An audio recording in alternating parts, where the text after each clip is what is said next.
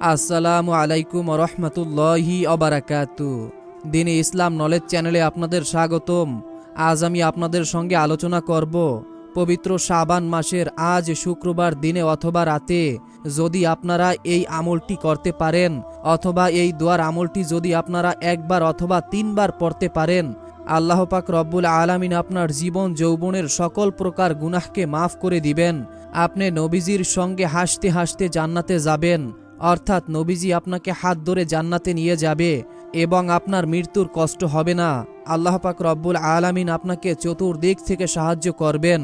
আপনার পরিবার ও সংসারে যদি অভাব অনটন লেগে থাকে অথবা যদি আপনারা স্ত্রী স্বামীর ভিতরে কোনো ধরনের সমস্যা থেকে থাকে, আল্লাহ পাক রব্বুল আলামিন আপনার পরিবার ও সংসারের অভাব অনটন দূর করে দিবেন, স্বামী স্ত্রীর মিল মহব্বত তৈরি করে দিবেন, সকল প্রকার অভাব অনটন আল্লাহ তাআলা দূর করবেন।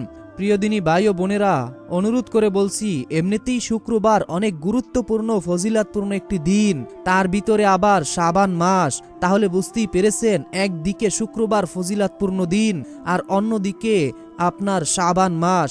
তাহলে দুইটি ফজিলাতপূর্ণ দিন আমাদের মাঝে উপস্থিত হয়েছে। এই সুযোগটাও যদি আমরা কাজে না লাগাতে পারি তাহলে আমাদের মতো দুর্ভাগা আর কেই বা আছে বলুন তো। দেখুন, আমাদের জীবনে দিন ও রাত আল্লাহ দুইটি দ্বারা রেখেছেন, এর মধ্যে কিছু দিন ও রাত বরকতময় করেছেন।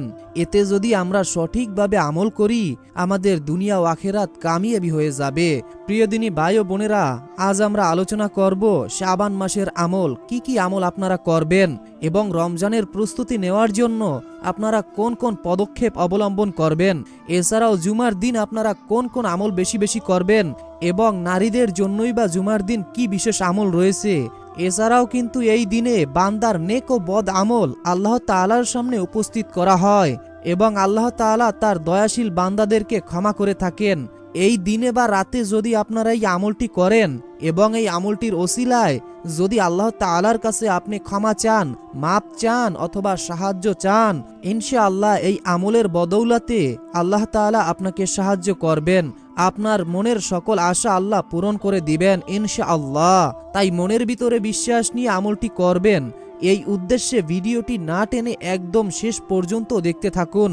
অনুরোধ করে বলছি, আমরাই প্রথমবার নারীদের ছবি ছাড়া কিংবা হারাম কোনো ছবি ছাড়া ইউটিউব এবং ফেসবুকে ভিডিও দিয়ে থাকছি। এরকম ভিডিওগুলি যদি আপনি আপনার মোবাইলে অথবা ফোনে পেতে চান, এজন্য অবশ্যই দ্বীনি ইসলাম নলেজ এই চ্যানেলটিকে সাবস্ক্রাইব করে রাখুন এবং পাশে থাকা বেল বাটনটি অন করে রাখবেন। এতে করে যখনই নতুন কোনো ভিডিও আপলোড করব সঙ্গে সঙ্গে আপনাদের কাছে নোটিফিকেশন চলে যাবে।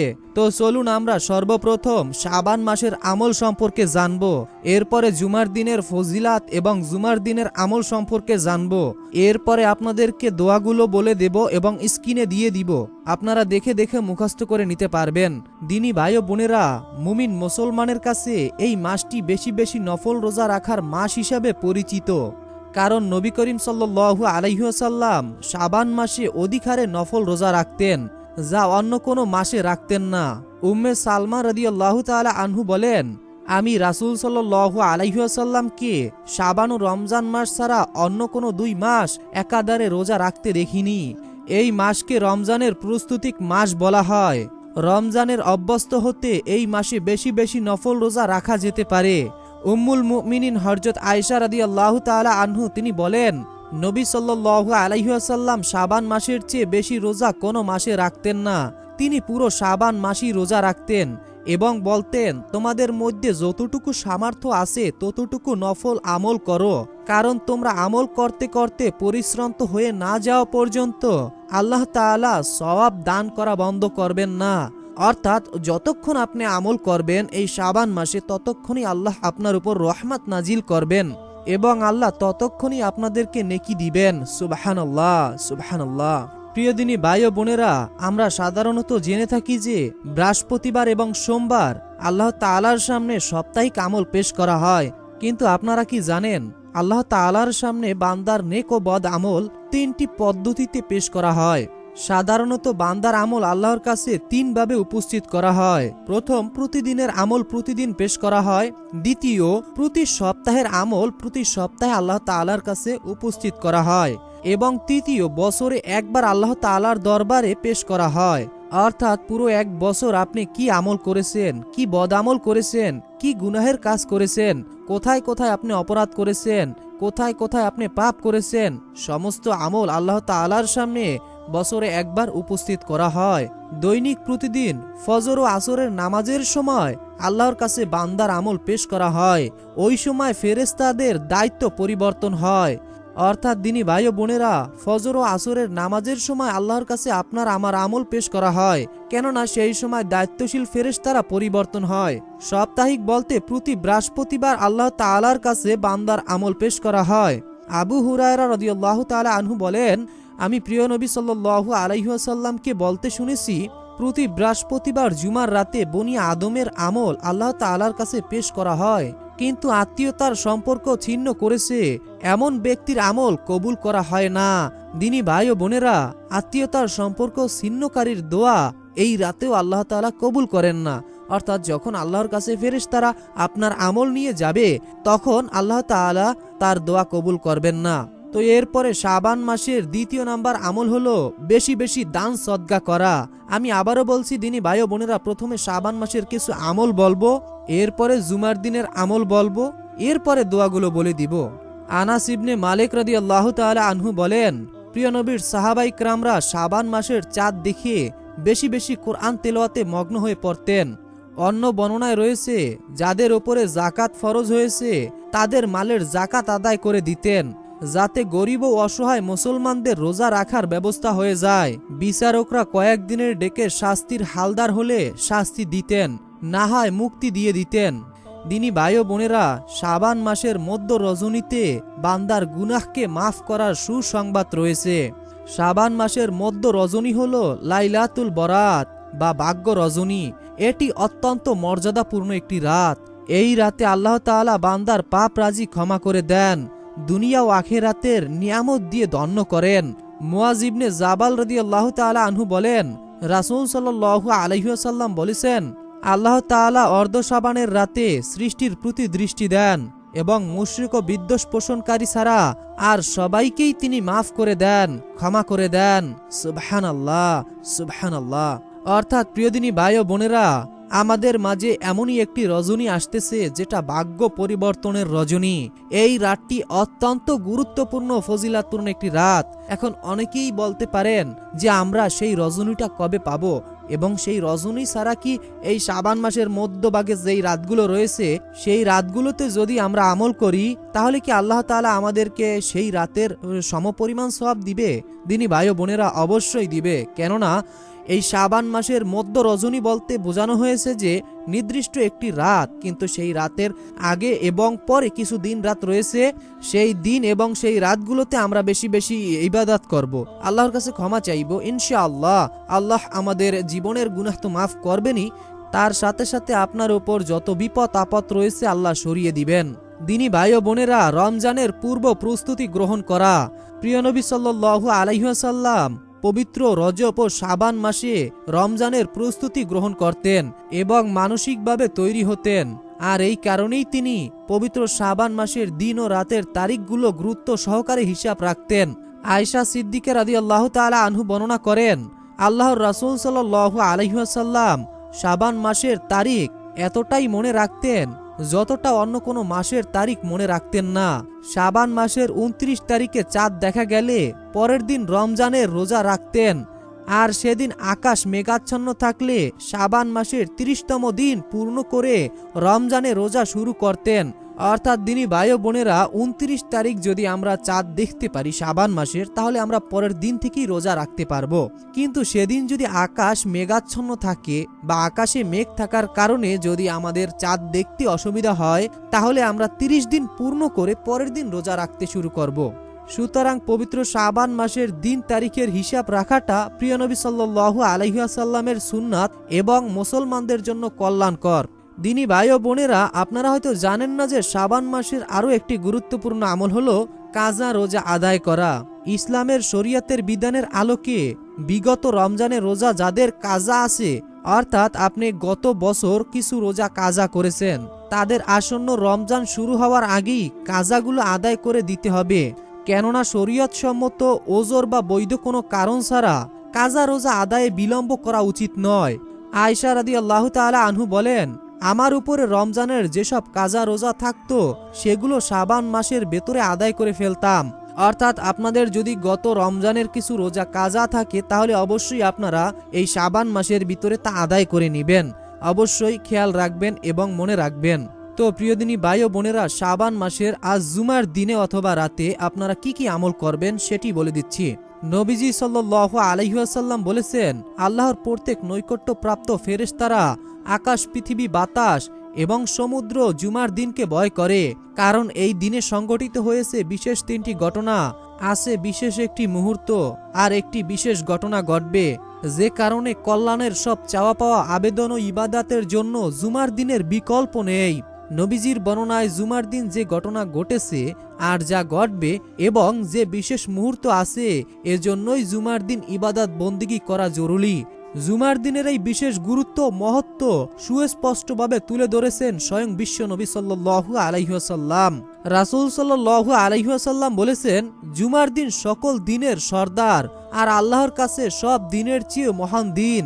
এমনকি এই দিন আল্লাহ তাআলার কাছে ঈদুল আজহা ও ঈদুল ফিতর থেকেও শ্রেষ্ঠ দিন। তাই প্রিয়দিনী ভাই ও বোনেরা, এই দিনে এমন একটি মুহূর্ত আছে, যদি কোনো মুসলিম বান্দা বান্দি সেই মুহূর্তে আল্লাহ তাআলার কাছে কোনো জিনিসের আবেদন করে তাহলে আল্লাহ তাআলা তা দিয়ে দেন। তো প্রিয়দিনী ভাই ও বোনেরা, জুমার দিন বিশেষ তিনটি আমল আমরা করতে পারি। 1 নাম্বার, জুমার দিন আমরা বেশি বেশি নবীর প্রতি দুরূদ পড়ব। জুমার দিন অর্থাৎ বৃহস্পতিবার সন্ধ্যা থেকে জুমার দিন সন্ধ্যার আগ পর্যন্ত বেশি বেশি দুরূদ পাঠ করা উত্তম। যদি কোনো ব্যক্তি একবার দুরূদ পড়ে তবে তার প্রতি 10টা রহমত নাজিল হয়। তবে জুমার দিন আসরের নামাজের পরে দুরূদ পড়ার বিশেষ ফজিলাত আছে বলে হাদিসে প্রমাণিত হয়েছে। দিনী ভাই ও বোনেরা, আপনারা অবশ্যই জুমার দিন দুরূদ পড়বেন। হযরত আউস ইবনে আউস রাদিয়াল্লাহু তাআলা আনহু বর্ণনা করেন, রাসূল সাল্লাল্লাহু আলাইহি ওয়াসাল্লাম বলেছেন, তোমাদের সর্বোত্তম দিনগুলোর একটি হলো জুমার দিন। এই দিনে হযরত আদম আলাইহিস সালামকে সৃষ্টি করা হয়েছে, এই দিনে তার মৃত্যু হয়েছে, এই দিনে সিংহায় ফুৎকার দেওয়া হবে, আর এই দিনে সিংহায় ফু দেওয়ার ফলে সব অচেতন হয়ে পড়বে। সুতরাং এই দিন তোমরা বেশি বেশি আমার প্রতি দুরূদ পাঠ করো, কারণ তোমাদের পাঠকৃত দুরূদ আমার কাছে পেশ করা হয়। সাহাবাগণ জিজ্ঞাসা করলেন, মৃত্যুর পর আপনার দেহ তো শেষ হয়ে যাবে, তখন কিভাবে আমাদের দুরূদ পাঠ আপনার কাছে পেশ করা হবে? রাসূল সাল্লাল্লাহু আলাইহি ওয়াসাল্লাম বললেন, নবীদের দেহ ভক্ষণ করা মাটির জন্য হারাম করে দিয়েছে। অর্থাৎ প্রিয়দিনী ভাই ও বোনেরা, এই দিনে আমরা অবশ্যই এই দুরূদের আমলটি বাদ দিব না। এরপরে আমরা দ্বিতীয় নাম্বার আমলটি যেটি করতে পারি সেটি হচ্ছে কোরআন তেলাওয়াত করা এবং তার তেলাওয়াত শোনা। অর্থাৎ যারা তেলাওয়াত করতে পারেন না তারা অবশ্যই তেলাওয়াত শুনে যাবেন। জুমার দিন তথা বৃহস্পতিবার সন্ধ্যা থেকে জুমার দিন পর্যন্ত বা জুমার দিনের পরের দিন পর্যন্ত কোরআন তেলাওয়াত বিশেষ একটি আমল। এই আমল বলতে সূরা কাহাফের তেলাওয়াতকে বোঝানো হয়েছে। এই সূরার তেলাওয়াত বিশেষ ফজিলাতপূর্ণ ইবাদাত। এটি কোরআনুল কারিমে 15তম পারা, 18 নম্বর সূরা। সম্পূর্ণ সূরাটির তেলাওয়াত না করতে পারলে প্রথম ও শেষের 10টি আয়াত হলেও তেলাওয়াত করা উত্তম। অর্থাৎ যারা কোরআন তেলাওয়াত করতে পারেন তারা অবশ্যই প্রথম এবং শেষের 10টি আয়াত আপনারা পড়ে নেবেন। এবং যারা কোরআন তেলাওয়াত করতে পারেন না, অথবা আপনি তেলাওয়াত করতে পারেন কিন্তু আপনার হাতে সেরকম টাইম নাই অথবা সময় নাই, ব্যস্ততার কারণে আপনি অফিস কিংবা দোকানে রয়েছেন, সেই ক্ষেত্রে আপনি কিন্তু পবিত্র কোরআনের এই সূরার তেলাওয়াতটি শুনতে পারেন। এখন আমি আপনাদেরকে সেই তেলাওয়াতটি শোনাবো। যে ব্যক্তি জুমার দিন সূরা কাহাফ পাঠ করবে অথবা তার তেলাওয়াত শুনবে, এক জুমা থেকে পরবর্তী জুমা পর্যন্ত নূরে জলজল করবে। দ্বিতীয় নম্বর ফজিলাত, যে ব্যক্তি জুমার দিন সূরা কাহাফের তেলাওয়াত করবে অথবা শুনবে 8 দিন পর্যন্ত সকল ধরনের ফিতনা থেকে সে মুক্তি থাকবে। যদিও দাজ্জাল বের হয়ে গেলে সে আল্লাহ তাআলা দাজ্জালের ফিতনা থেকে তাকে হেফাজত করবেন। এরপরে সূরা কাহাফ তেলাওয়াতের ফজিলাত হলো, যে ব্যক্তি সূরা কাহাফের তেলাওয়াত শুনবে অথবা করবে, আল্লাহ তাআলা তার এক জুমা থেকে পরবর্তী জুমা পর্যন্ত মধ্যবর্তী দিনগুলোর গুনাহকে ক্ষমা করে দিবেন। সুবহানাল্লাহ, সুবহানাল্লাহ। তো প্রিয়দিনী ভাই ও বোনেরা, একদিকে শাবান মাস, অন্যদিকে শুক্রবার, আর অন্যদিকে শুক্রবার ফজিলাতপূর্ণ একটি সূরা হচ্ছে সূরা কাহাফের তেলাওয়াত শোনা। তো সূরা কাহাফের তেলাওয়াত এখন আমরা শুনবো, এরপরে আমরা দোয়া এবং আমল এগুলো সব কিছু আপনাদেরকে বলে দিব এবং স্ক্রিনে দিয়ে দিব। তবে তার আগে এই সূরাটি আমরা শুনবো। তবে মহান আল্লাহর কাছে আগে দোয়া করে নেই, হে আল্লাহ, আজ যে যেই উদ্দেশ্যে যে যেই আশায় পবিত্র এই মাসে পবিত্র এই দিনে পবিত্র এই ক্ষণে আপনার পবিত্র কোরআনের এই সূরাটি মনোযোগ সহকারে প্রথম থেকে একেবারে শেষ পর্যন্ত শুনবে, আপনি সকলের প্রথমে মনের আশা পূরণ করে দিন। এরপরে যারা জীবনে অনেক গুনাহ করেছে আপনি তাদের জীবনের সকল গুনাহকে মাফ করে দিন। যাদের পরিবার ও সংসারের ভিতরে অভাব অনটন লেগে আছে আপনি তাদের পরিবার ও সংসারের অভাব অনটন দূর করে দিন। হে আল্লাহ, এই সূরাটি যারা প্রথম থেকে শেষ পর্যন্ত মনোযোগ সহকারে শুনবে আপনি সকলের সকল দোয়া কবুল করুন। হে আল্লাহ, যারা অসুস্থ সূরাটি শোনার ওসিলায় আপনি সকলকে সুস্থ করে দিন। হে আল্লাহ, যারা প্রকৃতপক্ষে অভাবী আপনি তাদের অভাব দূর করুন। হে আল্লাহ, এই সূরাটি শোনার ওসিলায় সকলের উপর থেকে সকল প্রকার বিপদ আপদ ও বালা মুসিবতকে সরিয়ে দিন। আমিন। কমেন্ট বক্সে আপনি আমিন লিখে উন্মুক্ত দোয়ায় শরীক হয়ে থাকুন। তো চলুন সর্বপ্রথম আমরা সূরা কাহাফের তেলাওয়াতটি শুনতে থাকি। أعوذ بالله من الشيطان الرجيم. بسم الله الرحمن الرحيم. الرحمن علم القرآن خلق الإنسان علمه البيان. الشمس والقمر بحسبان والنجم والشجر يسجدان والسماء رفعها ووضع الميزان ألا تطغوا في الميزان وأقيموا الوزن بالقسط ولا تخسروا الميزان والأرض وضعها للأنام فيها فاكهة والنخل ذات الأكمام والحب ذو العصف والريحان فبأي آلاء ربكما تكذبان خلق الإنسان من صلصال كالفخار وخلق الجان من مارج من نار فبأي آلاء ربكما تكذبان رب المشرقين ورب المغربين فبأي آلاء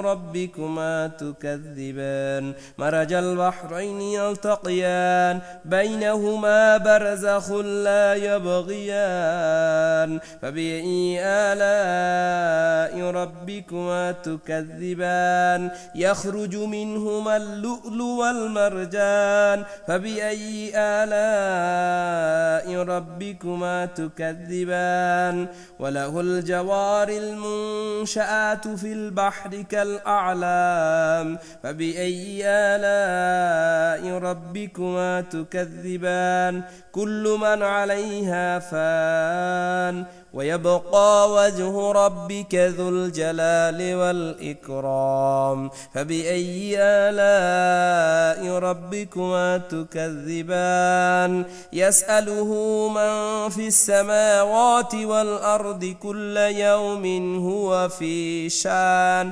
فبأي آلاء ربكما تكذبان سنفرغ لكم أيها الثقلان فبأي آلاء ربكما تكذبان يا معشر الجن والإنس إن استطعتم أن تنفذوا من أقطار السماوات والأرض فانفذوا لا تنفذون إلا بسلطان فبأي آلاء ربكما تكذبان يرسل عليكم شواذ من نار ونحاس فلا تنتصران فبأي آلاء ربكما تكذبان فإذا انشقت السماء فكانت وردة كالدهان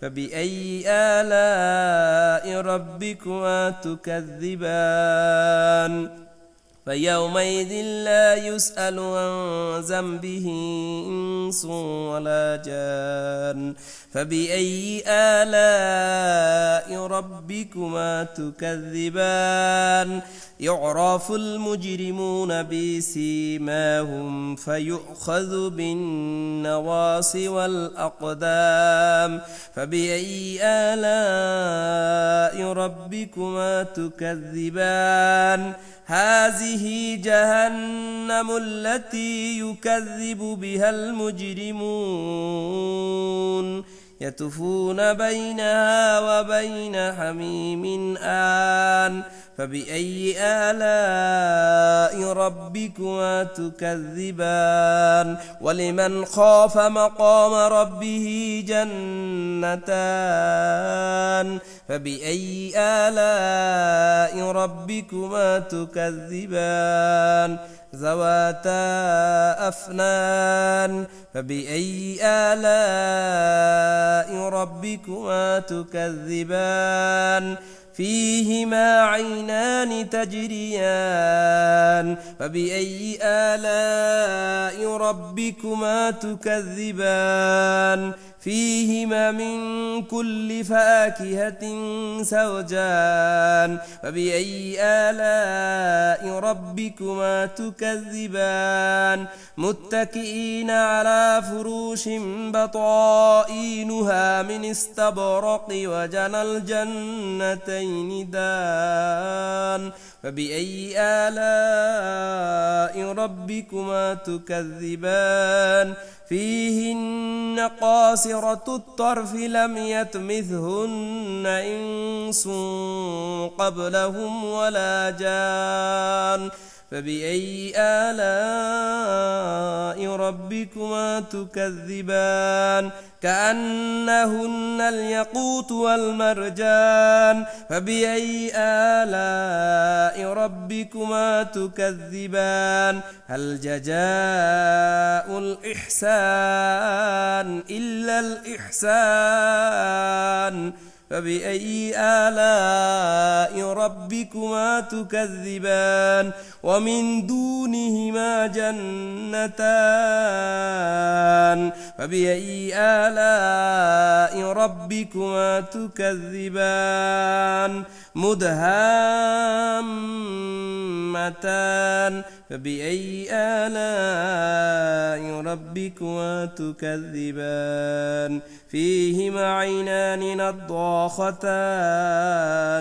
فبأي آلاء ربكما تكذبان فيهما فاكهة والنخل والرمان فبأي آلاء ربكما تكذبان فيهن خيرات حسان فبأي آلاء ربكما تكذبان حور مقصورات في الخيام فبأي آلاء ربكما تكذبان لم يطمثهن إنس قبلهم ولا جان فبأي آلاء ربكما تكذبان متكئين على رفرف خضر وأبقار حسان فبأي آلاء ربكما تكذبان تبارك اسم ربك ذي الجلال والإكرام يسبح لله ما في السماوات وما في الأرض الملك القدوس العزيز الحكيم هو الذي بعث في الأميين رسولا منهم يتلو عليهم آياته ويزكيهم ويعلمهم الكتاب والحكمة وإن كانوا من قبل لفي ضلال مبين وآخرين منهم لما يلحقوا بهم وهو العزيز الحكيم ذلك فضل الله يؤته من يشاء والله ذو الفضل العظيم مثل الذين حملوا التوراة ثم لم يحملوها كمثل الحمار يحمل أسفارا بئس مثل القوم الذين كذبوا بآيات الله والله لا يهدي القوم الظالمين قل يا أيها الذين هادوا إن زعمتم أنكم أولياء لله من دون الناس فتمنوا الموت إن كنتم صادقين ولن يتمنونه أبدا بما قدمت أيديهم والله عليم بالظالمين قل إن الموت الذي تفرون منه فإنه ملاقيكم ثم تردون إلى عالم الغيب والشهادة فينبئكم بما كنتم تعملون يا أيها الذين آمنوا إذا نودي للصلاة من يوم الجمعة فاسعوا إلى ذكر الله وذروا البيع ذلكم خير لكم إن كنتم تعلمون فإذا قضيت الصلاة فانتشروا في الأرض وابتغوا من فضل الله واذكروا الله كثيرا لعلكم تفلحون وإذا رأوا تجارة أو لهوا انفضوا إليها وتركوك قائمة قل ما عند الله خير من اللهو ومن التجارة والله خير الرازقين তো প্রিয় দিনী ভাই ও বোনেরা, আমি আশা করি আপনারা সকলেই মনোযোগের সাথে সূরা কাহাফের তেলাওয়াতটি শুনেছেন। তো এখন আমি আপনাদেরকে প্রথমে শাবান মাসের দোয়া বলে দিব, এরপরে আপনাদেরকে জুমার দিনের দোয়া বলে দিব এবং অন্যান্য দোয়া আমল বলে দিচ্ছি। বিসমিল্লাহির রহমানির রহিম। আল্লাহুম্মা বারিক লানা ফি রাজাব ও শাবান ও বাল্লিগনা রমাদান। অর্থ, হে আল্লাহ, রজব মাস ও শাবান মাস আমাদের জন্য বরকতময় করুন, রমজান আমাদের নসিব করুন। সুবহানাল্লাহ, সুবহানাল্লাহ। তো এখন আমি আপনাদেরকে দুরুদে ইব্রাহিম বলে দিচ্ছি, কেননা এই দুরুদে ইব্রাহিম অনেকেই আছেন যারা পড়তে পারেন না অথবা আপনাদের অনেকের মুখস্থ নেই। আপনাদের বোঝার সুবিধার্থে অথবা স্মরণ করিয়ে দেওয়ার জন্য আমি দুরুদে ইব্রাহিমটি বলে দিচ্ছি, আপনারা আমার সঙ্গে সঙ্গে পড়ুন। বিসমিল্লাহির রহমানির রহিম। আল্লাহুম্মা সাল্লি আলা মুহাম্মাদি ওয়া আলা আলি মুহাম্মাদ কামা সাল্লাইতা আলা ইব্রাহিম ওয়া আলা আলি ইব্রাহিম ইন্নাকা হামিদুম মাজিদ। আল্লাহুম্মা বারিক আলা মুহাম্মাদি ওয়া আলা আলি মুহাম্মাদ কামা বারাকতা আলা ইব্রাহিম ওয়া আলা আলি ইব্রাহিম ইন্নাকা হামিদুম মাজিদ। আশা করি আপনারা সকলেই দুরুদে ইব্রাহিম মনোযোগ সহকারে শুনেছেন। তো এখন আপনাদেরকে গুনাহ মাফের শ্রেষ্ঠ দোয়া বলে দিচ্ছি। বিসমিল্লাহির রহমানির রহিম। আনতা ওয়ালিউনা ফাগফির লানা ওয়ারহামনা ওয়া আনতা খায়রুল গাফিরিন। আনতা ওয়ালিউনা ফাগফির লানা ওয়ারহামনা ওয়া আনতা খায়রুল গাফিরিন। এরপরে আপনারা যে দোয়াটি পড়বেন সেটি হচ্ছে রব্বি ইন্নী জালামতু নাফসি ফাগফিরলি, রব্বি ইন্নী জালামতু নাফসি ফাগফিরলি। অথবা আপনারা এই দোয়াটিও পড়তে পারেন রব্বিক ফির ওয়ারহাম ওয়া আনতা খায়রুর রাহিমিন। এই দোয়াটিও আপনারা পড়তে পারেন। তো এখন আপনাদের যে দোয়াটি বলে দেওয়া হবে, এই দোয়াটি পড়ার ওসিলায়, শাবান মাসের ওসিলায় আল্লাহ আপনার মনের আশা পূরণ করে দিবেন। আপনার মনের আশা যত বড় এবং যত কঠিনই হোক না কেন তা আল্লাহ পূরণ করে দিবেন। বিসমিল্লাহির রহমানির রহিম। আল্লাহুম্মা ইন্নী আসআলুকা বিআন্নী আশহাদু আন্নাকা আনতাল্লাহু লা ইলাহা ইল্লা আনতাল আহাদুস সামাল্লাযী লাম ইয়ালিদ ওয়া লাম ইউলাদ ওয়া লাম ইয়াকুল্লাহু কুফুয়ান আহাদ। আশা করি আপনারা সকলেই দোয়াগুলো মনোযোগ সহকারে শুনেছেন। তো ইসলাম প্রিয় দিনী ভাই ও বোনেরা, এখন আমি আপনাদেরকে নিয়মটি বলে দিচ্ছি কিভাবে আপনারা এই আমলটি করবেন। এই আমলটি করার জন্য সর্বপ্রথম আপনাদেরকে ওযু অবস্থায় থাকতে হবে এবং সর্বপ্রথম নবীজির উপরে দুরূদ শরীফ পড়তে হবে, যেটি আমি আপনাদেরকে এইমাত্র বলে দিলাম, দুরুদে ইব্রাহিম। এই দুরুদে ইব্রাহিমও পড়তে পারেন, অথবা ছোট যেই দুরুদ আপনার মনে আছে সেই দুরুদ প্রথমে 7 বার পড়ে নেবেন। মনে রাখবেন, প্রথমে 7 বার দুরূদ শরীফ আপনাকে পড়তেই হবে। এরপরে যেই দোয়াগুলো আমি বলে দিলাম, শাবান মাসের দোয়া, গুনাহ মাফের দোয়া, মনের আশা পূরণের দোয়া, জান্নাতে যাওয়ার দোয়া, সেই দোয়াগুলো আপনারা মোট 7 বার করে পড়বেন। অর্থাৎ 7 বার করে আপনারা প্রতিটা দোয়া পড়ার পর এরপরে শেষে আপনারা আবারও 7 বার দুরূদ শরীফ পড়বেন। যেই দুরূদ শরীফ আপনি প্রথমে পড়েছেন সেটি পড়ার পর আপনি আল্লাহ তাআলার কাছে 2 হাত তুলে মোনাজাতের মাধ্যমে আপনার মনের আশা ও মনের যত কষ্ট রয়েছে সকল কথা বলবেন। ইনশাআল্লাহ এই দোয়ার ওসিলায়, শাবান মাসের ওসিলায় আল্লাহ আপনার মনের আশা পূরণ করবেন, জীবনের সকল গুনাহকে মাফ করে দিবেন। আল্লাহ তাআলা আমাদের সকলকে নেক আমল করার তৌফিক দান করুন, গুনাহ থেকে রক্ষা করুন এবং 5 ওয়াক্ত নামাজ আদায় করার তৌফিক দান করুন। আসসালামু আলাইকুম ওয়া রাহমাতুল্লাহ।